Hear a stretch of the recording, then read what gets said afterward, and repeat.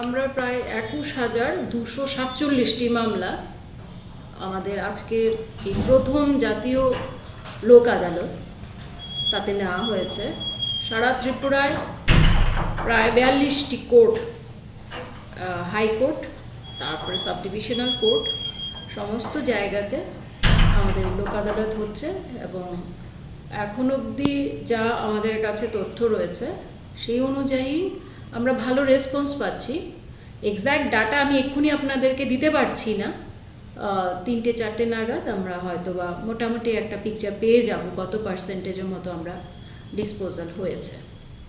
মামলাগুলি ধরুন ট্রাফিক চালান কেস, তারপর আপনার এনআই অ্যাক্টের মামলা, তারপরে আপোসযোগ্য ফৌজদারি বিরোধের মামলা, তারপরে বৈবাহিক সংক্রান্ত মামলা রয়েছে, দেওয়ানি সংক্রান্ত মামলাও আছে, তারপরে মোটর দুর্ঘটনায় ক্ষতিপূরণের যে মামলা হয়ে থাকে সেইগুলি, ব্যাংক ঋণ পরিশোধের মামলা, প্রি লিটিগেশন মামলা, সেগুলিও নেওয়া হয়েছে এবারে লোক আদালতে।